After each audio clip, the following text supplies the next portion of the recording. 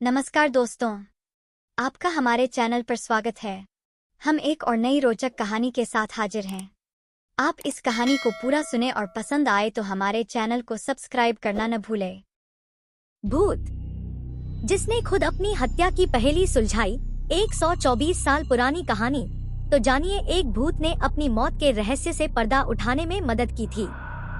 मृतक महिला को उसके ही पति ने बेहद शातिर तरीके से मार डाला था, लेकिन भूत ने सपने में आकर अपनी मौत के रहस्य को खोल दिया। पूरी कहानी सुनिए।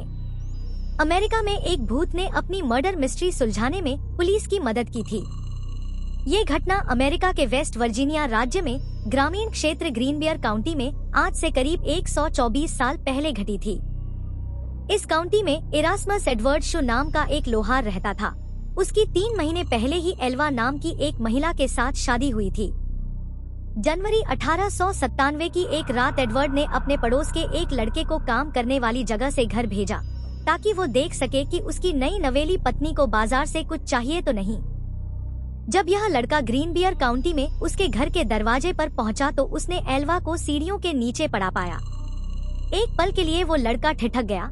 उसे समझ नहीं आ रहा था कि वो क्या करे। उसने एल्वा को सीधा किया और चेक करने की कोशिश की कि आखिर हुआ क्या है। एल्वा का सिर एक तरफ झुका हुआ था। पहले तो उसे लगा कि एल्वा शायद सो रही है। वो चुपचाप उनकी ओर बढ़ा और मिसेज शू कहकर उन्हें जगाने की कोशिश की।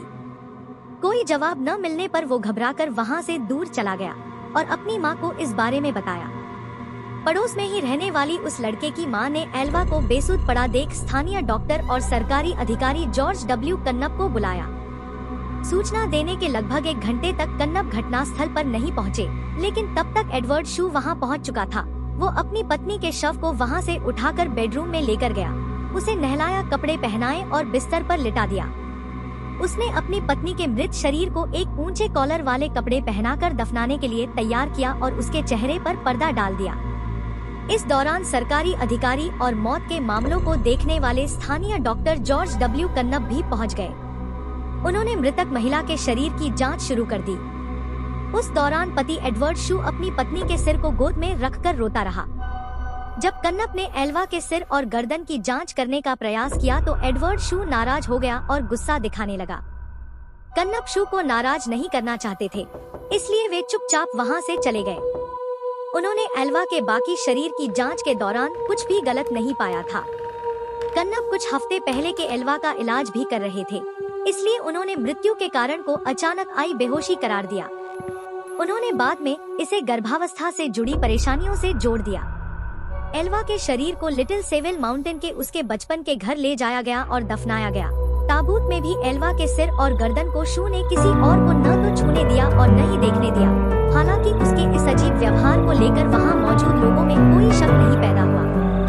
एल्वा की मां मैरी जेन हीस्टर को छोड़कर हर कोई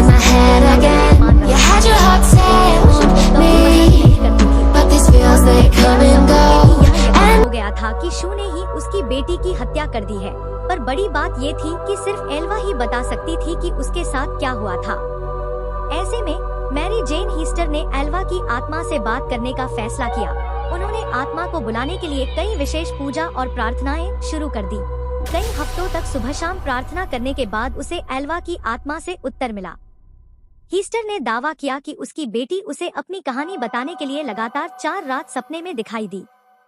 उन्होंने कहा कि आत्मा पहले एक उज्जवल प्रकाश के रूप में प्रकट हुई, धीरे धीरे एक मानव रूप लेकर अपनी कहानी बताने लगी। इस दौरान पूरा कमरा ठंड से भर जाता था। लगातार 4 दिनों तक एल्वा की आत्मा ने अपनी मां को सपने के जरिए पूरी कहानी शुरू की। एल्वा के भूत ने उसकी मां के सामने कबूल किया कि शू ने उसके साथ क्रूरता की और दुर्व्यवहार किया। एक रात जब एल्वा ने रात को खाने में मीट नहीं बनाया तो उसने एल्वा पर हमला कर दिया और मारपीट की। शू ने मारपीट के दौरान एल्वा की गर्दन तोड़ दी थी, जिसके बाद एल्वा के भूत ने अपना सिर पूरी तरह से पीछे घुमाया और वहां से चली गई। इस घटना के बाद एल्वा की मां पब्लिक प्रोसिक्यूटर जॉन प्रेस्टन के पास गई और मामले को फिर से खोलने की अपील की। प्रेस्टन ने भूत के बारे में उसकी कहानी पर विश्वास किया और आसपास के लोगों से पूछताछ शुरू कर दी। शू के पड़ोसियों और दोस्तों ने एल्वा के अंतिम संस्कार के दौरान उसके अजीब व्यवहार के बारे में सरकारी अभियोजक प्रेस्टन को बताया। डॉ कन्नप ने भी स्वीकार किया कि उन्होंने एल्वा के शव की पूरी तरह से जांच नहीं की थी। प्रेस्टन के लिए ये दोनों बयान शव के फिर से परीक्षण के आदेश को पाने के लिए पर्याप्त थे। उन्होंने कोर्ट के आदेश से शू की आपत्तियों के बावजूद शव को कब्र से बाहर निकलवाया और जांच के लिए मोर्चरी लेकर गए। एक स्थानीय समाचार पत्र द पोकाहोंटस टाइम्स ने बाद में रिपोर्ट किया कि गले पर उंगलियों के निशान पाए गए थे, जिससे पता चला कि एल्वा की मौत दम घुटने से हुई थी। उसके गर्दन पर गला घोंटने के निशान पाए गए थे, जिससे गर्दन की नस और कोशिकाओं को काफी नुकसान पहुंचा था। गर्दन की हड्डी भी टूटी हुई मिली, जिसके बाद इस मौत की विस्तृत जांच की गई और शू को उसके मौत का गुनाहगार माना गया। दोस्तों, ये स्टोरी आपको कैसी लगी हमें कमेंट करके जरूर बताएं और हमारे चैनल मुनमुन टीवी को सब्सक्राइब करके हमारी इस कहानी दुनिया का आनंद लें। हम हर दिन आपके लिए ऐसी ही अनोखी कहानियाँ लाते रहते हैं। धन्यवाद दोस्तों।